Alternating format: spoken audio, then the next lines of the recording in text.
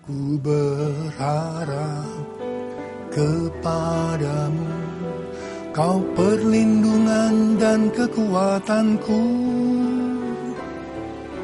Ku berdoa kepadamu, Kau tanduk keselamatanku.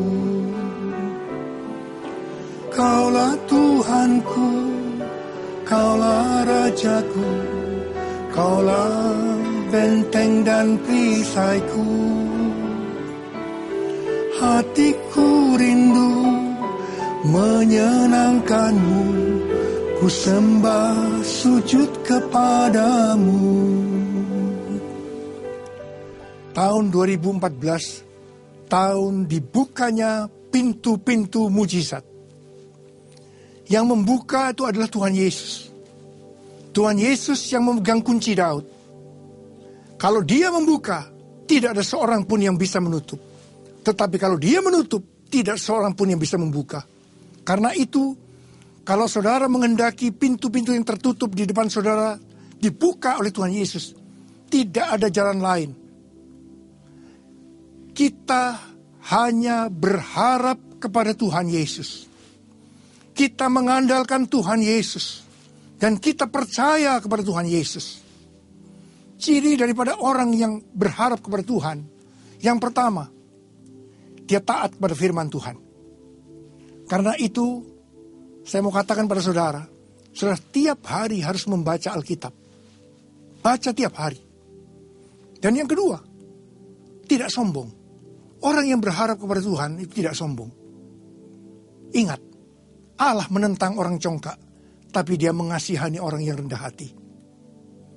Dan ciri yang ketiga daripada orang yang berharap kepada Tuhan, dia diberikan satu kekuatan yang baru.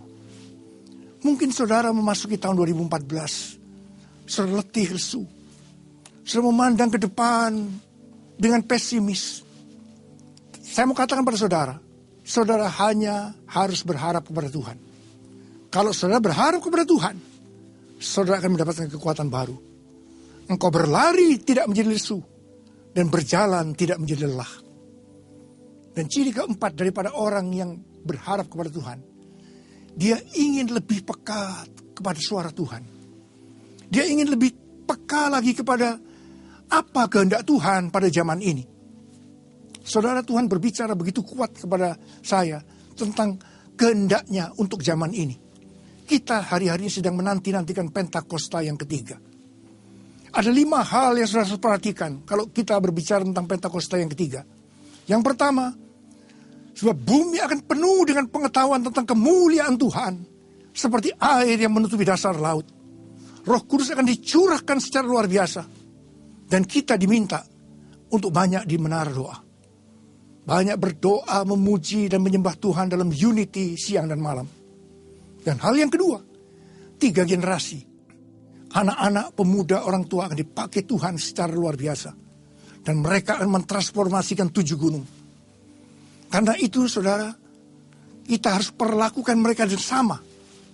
Baik itu anak-anak, pemuda maupun orang tua. Dan yang ketiga, kalau kita berbicara tentang Pentakosta yang ketiga, itu adalah goncangan-goncangan. Goncangan-goncangan akan makin dahsyat. Kita harus hari-hari ini minta kepada Tuhan untuk belas kasihan Tuhan untuk negeri kita yang tercinta Indonesia. Saudara, kita mengalami bencana alam yang silih berganti. Sebentar kita akan menghadapi pileg dan pilpres. Kita mintakan keamanan buat negeri ini.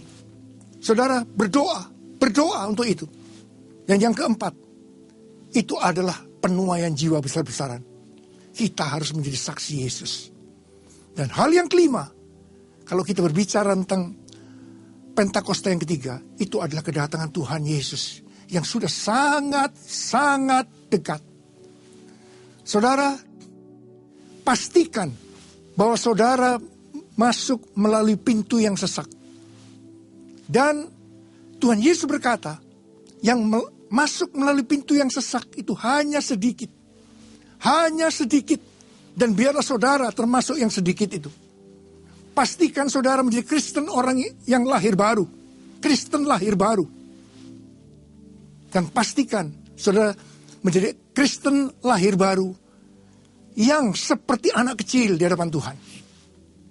Saya berdoa, setiap saudara yang mendengarkan firman ini masuk surga. Dan selama kita masih ada dalam dunia ini, kita diberkati oleh Tuhan berlimpah-limpah. Saya mau berdoa buat saudara. Mari angkat tangan saudara. Tuhan,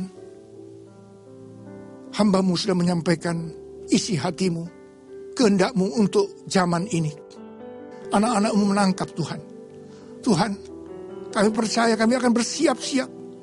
Kedatangan-Mu untuk kali yang kedua sudah di ambang pintu. Tuhan, terima kasih. Kami menjadi anak Tuhan yang sungguh-sungguh dengan Tuhan. Bapa, hamba berdoa buat anak-anak-Mu. Terima kesembuhan. Terima mujizat. Pintu-pintu yang tertutup selama ini dibuka dalam nama Yesus. Amin.